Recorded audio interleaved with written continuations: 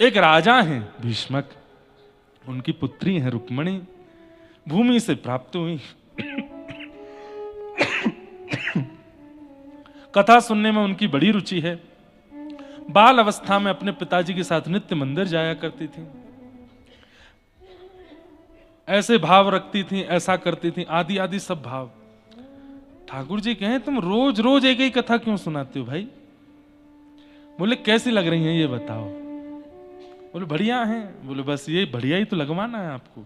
तो मतलब केवल गुणगान रुक्मणी जी नहीं सुन रही हैं, ठाकुर जी भी सुन रहे हैं।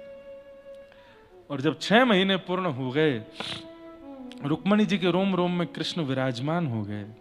एक दिन भाई ने आकर के कहा कि हम तुम्हारा विवाह शिशुपाल से कर रहे हैं।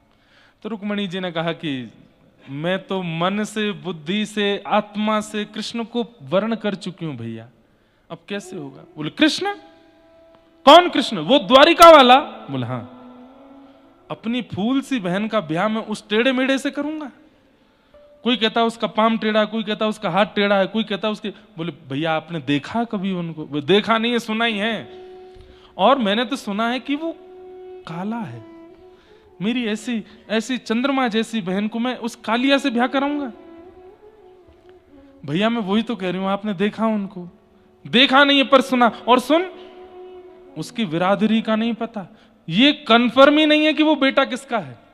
कोई कहता है नंद जी का बेटा, कोई कहता है देवकी का। और जेल में जन्म हुआ उसका, जेल में, कारागृह में जन्म हुआ। ऐसे से अपनी बहन का ब्याह करूंगा मैं?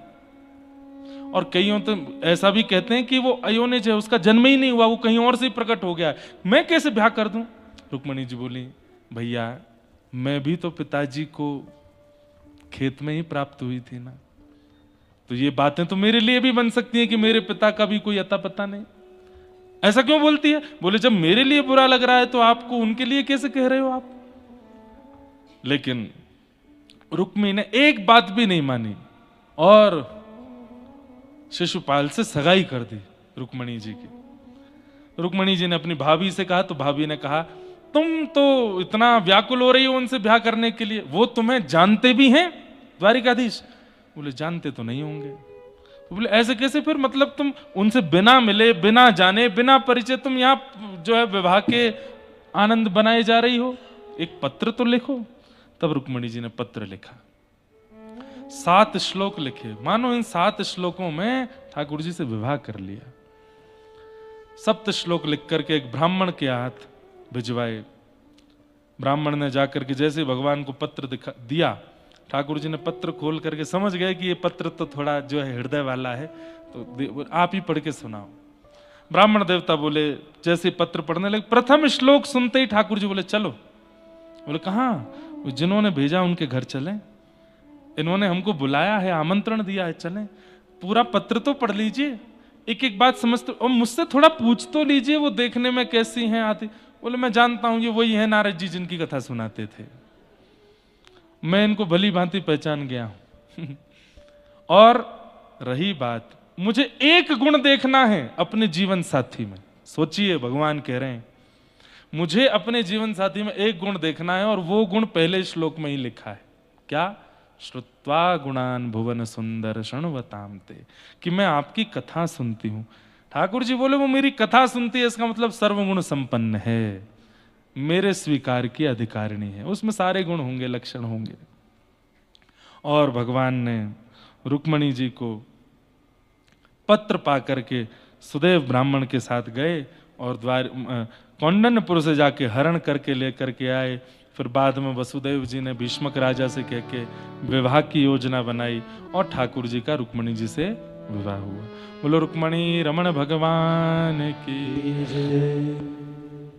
दूसरा विवाह भगवान का जाम्बती से, तीसरा सत्यभामा से, चौथा कालिंदी से, पांचवा मित्रविंदा से। इस प्रकार भगवान के 8 प्रमुख विवाह।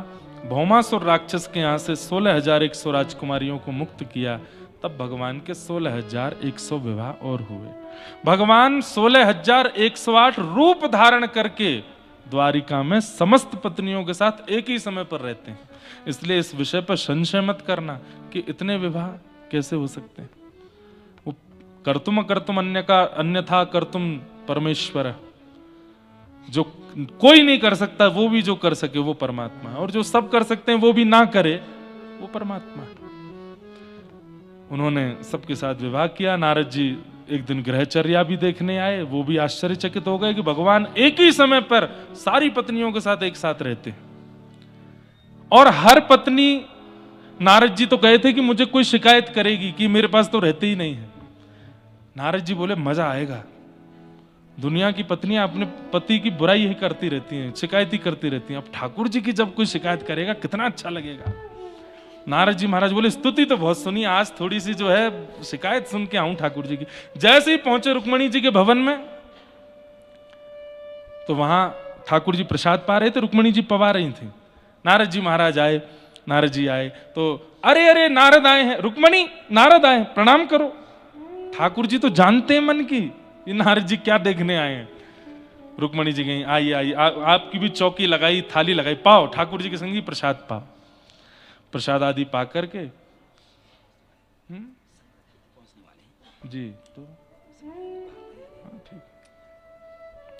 तो जैसे ही प्रसाद पा रही थी, प्रसाद पा रहे थे, थोड़ा कथा विश्राम हो जाए। प्रसाद पा रहे थे, पाते पाते प्रसाद नारद जी महाराज ने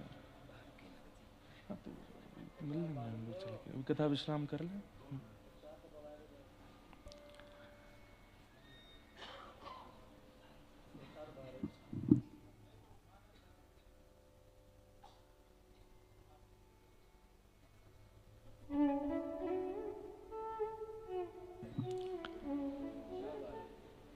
नारद जी प्रसाद पाने लगे। प्रसाद पाते ही, प्रसाद पूर्ण करते ही सीधे रुक्मणी जी को पकड़ा, एकांत में ले गए। सब ठीक है? रुक्मणी बोले हाँ बहुत बढ़िया। नहीं नहीं तुम मुझसे बोल सकती हो, मैं गुरु हूं तुम्हारा, बताओ कुछ बात। बोले नहीं कोई ऐसी बात नहीं। बोले थोड़ी तो समय देने में थोड़ी कटौती कर, नहीं पूरे दिन यहीं बैठे रहते हैं। मैं बोलती हूँ सत्यभामा के पास चली जाओ, जामवती, कहीं नहीं जाते, यहीं रहते। मैं बहुत सौभाग्यशाली हूं, बहुत प्रेम देते हैं, कोई शिकायत नहीं।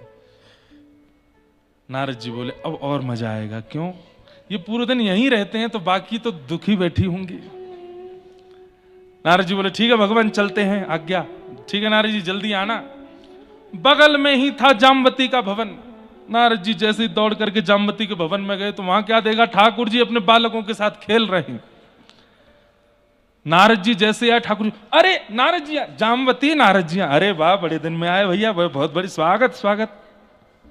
नारद जी बोले अभी तो वहां बैठे थे, यहां आ गए। ठाकुर जी कान में कहा दौड़ के आए हो, नीचे कोई सुरंग है? हमसे क्या पूछते हो, जामवती से पूछो।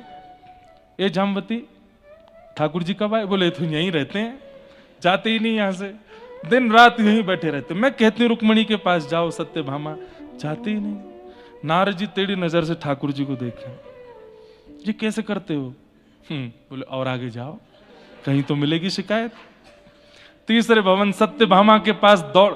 अब नारद जी बोले ये पत्नियां भी सब पढ़ाई लिखाई रखी हैं इन्होंने, ये जाते ही बोल देते होंगे नारद जी आए तो उनसे कोई शिकायत मत करना, क्योंकि शिकायत मिलेगी तो मैं देवताओं में जाकर के कहूंगा, सब हंसी हटाएंगे ठाकुर जी की। तीसरे भवन में नारद जी बोले मैं इतनी जोर से दौड़ के जाऊंगा कि ठाकुर जी मुझसे पहले पहुंच ही नहीं पाए।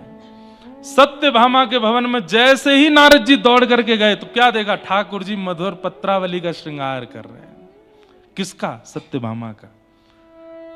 नारद जी आए तो जैसे असहज हो जाते हैं, पति पत्नी ऐसे हो गए। नारद जी बोले जय हो जय। अरे सत्यभामा लड्डू लाओ, नारद जी आए हैं, बड़े दिन में आए हो, आओ आओ भैया। हृदय से आंखों में अश्रु भर आते हैं ठाकुर जी के, बहुत दिन हो गए तुमको देखे हुए, बहुत दिन बाद आए। नारद जी कह रहे हैं कितना नाटक करते हो आप, अभी तो मिले थे। तो बोले तुम जिस काम से आए वो कर लो। सत्यभामा को एकांत में ले जाकर के खूब प्रलोभन दिए नारद जी ने, तुम्हारे पिताजी की समंतक मणि मैं ले आऊंगा तुम्हारे पास, तुमको सबसे श्रेष्ठ पत्नी का अधिकार दिलवा दूंगा द्वारिका में, और तुम्हारे बालक ही राजकुमार बनेंगे द्वारिका के, कोई पत्नी के बालक, मैं नारद हूं, मैं सब करने की सामर्थ्य, वैकुंठ में भी तुम्हारे बालकों का ही राज चलेगा। एक शिकायत बताओ इनकी, किस बारे में? समय देते हैं? यहीं बैठे रहते हैं, जाते ही नहीं हैं। मुझे तो कभी कभी लगता है ये द्वारिका चला कौन रहा है, ये तो पूरे दिन यहीं बैठे रहते हैं, ऐसे ही देखते रहते हैं मुझे।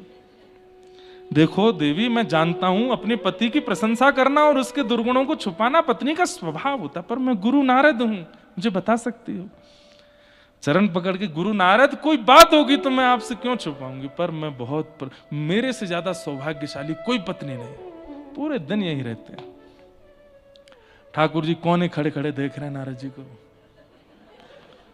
नारद जी बोले, अद्भुत हो, 16,100 राजकुमारियों के पास गए, कहीं तो शिकायत मिलेगी। 1.5 साल 2 साल लगे नारद जी को। 1.5 साल बाद लौट करके रुक्मणी जी के भवन में ही आ गए। और जैसे ही रुक्मणी जी भवन में, ठाकुर जी, अरे नारद जी आए, रुक्मणी जी प्रसाद पवाओ। अंत में आके नारद जी ने चरण पकड़े, बोले नाथ ये सब आपकी लीला है, आप ही कर सकते हो, हम मानव तो सोच सोच के पागल, लेकिन आप ही कर सकते हो। किसी का मन नहीं दुखने देते, सबका मन संभाल लेते हो, इसलिए आप भक्त वत्सल हो। नारद जी ने बहुत पूजा की ठाकुर जी की। बोले गृहस्थ आश्रमी यदि मैंने कोई देखा अपने जीवन में तो वो ठाकुर जी देखे। यहां एक नहीं संभाल पाता कोई, 16,108 संभाल के बैठे। इसलिए भगवान की होड़ मत करिएगा कि वो उनकी इतनी है तो हम एक आध रख लें ना। ठाकुर जी हैं, वो सब कर सकते हैं भैया, हम लोग तो दासी बने रहे हैं।